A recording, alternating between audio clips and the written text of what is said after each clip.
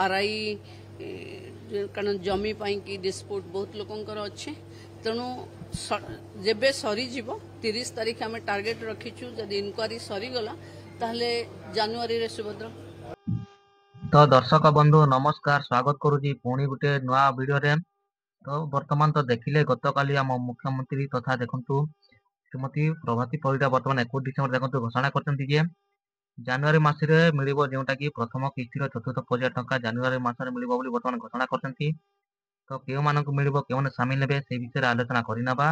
Video को skip न करी शेष पर्यंत देखंतु संपूर्ण तथ्य समस्त जानि पारिबो। ता पूर्व सांगम ने आम चैनल आपण नुआ सिकंती एबे जाय चैनल टी को सब्सक्राइब करंतु ता सहित पाखरे बेल आइकन दबाई ऑल करंतु जेते बेले हम नुआ ना अपडेट देबु सर्वप्रथम आम नोटिफिकेशन समस्त पाखको पहुंची पारिबो। वर्तमान देखंतु गतकाली आम उपमुख्यमंत्री घोषणा करिसंती देखंतु नुआ वर्ष रे सुभद्रा टंका चतुर्थ पर्याय रे सुभद्रा टंका पाइबे 20 लाख महिला। देखंतु नुआ वर्ष जेटा कि जनवरी मास रे देखंतु प्रथम किस्तीर चतुर्थ पर्याय टंका 20 लाख महिला मानक मिलवा जाऊँगी बोली वर्तमान घोषणा करते। देखंतु जोटा कि पेपर रे 21 डिसेम्बर 2024 वर्तमान विज्ञप्ति प्रकाश पाई जोटा एटार संपूर्ण तथ्य दिया देखि पार्थिबे। चतुर्थ पर्याय सुभद्रा टंका को नहीं लगी रही अनिश्चितता उपर पर्दा हटिकी एवं योग्य हिताधिकारी जांच करा जाउची। जांच सरिला आसंता 30 रे टंका देवाको टार्गेट रखा जायछि। जदि यह न सरे तेबे जनवरी रे सुभद्रा टंका दिया जिवो बोली उपमुख्यमंत्री प्रभाती परिडा सूचना दैछन्ती। एही मास 25 डिसेम्बर देखंतु टंका मिलवा थिला वर्तमान सेटा स्थगित रखिछन्ती सरकार।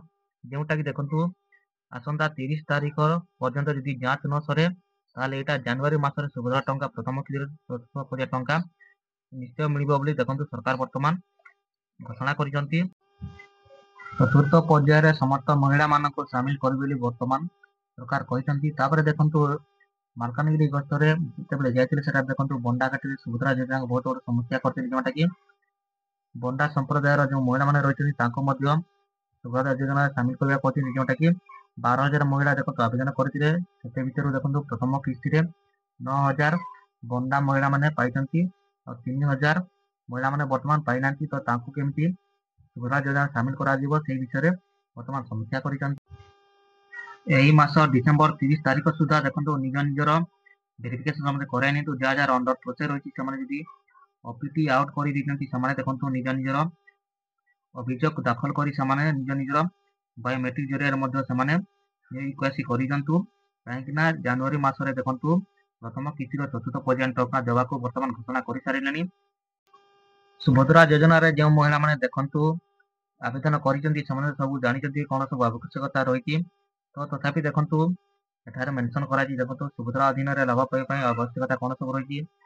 देखंतु जो महिला माने योग्य अटंती एवं सुभद्रा अधीन रे लाभ पाइ पई आवेदन करिसंती समानको निम्नलिखित शर्तावली सुनिश्चित करबा पड़िबो जोटा कि समानको निज नाम आधार कार्ड थिबा दरकार ता सहित आधार नंबर रहिबार आवश्यक रहिछि। तो ए सब तो निर्देशनामा सब आपण सब जानिसंती। एही 30 तारीख सुधा जदि समस्त जांच प्रक्रिया जदि शेष होई गले जनवरी मासरे निश्चय देखंतु प्रथम किस्तीर चतुर्थ पर्याय टंका मिलवाकू जाउची। हेले केउ तारीख रे मिलिबो सेटा वर्तमान सरकार कहि नांती, खाली जनवरी मासरे मिलिबो बोली घोषणा करि दैछंती। तो देखंतु जे डेट जदि डिक्लेयर करे सरकार नेक्स्ट वीडियो तुमको मु जणे देबी। तो दर्शक बंधु आज वीडियो रे एतिकी थिला। सबुदिन आसुतांती नुआ अपडेट पाइ चाहतुले अभी चैनल को सब्सक्राइब करितले सब्सक्राइब कर रखंतु। वीडियो को लाइक करंतु निज सांगम शेयर करंतु। थैंक यू, नमस्कार, जय जगन्नाथ।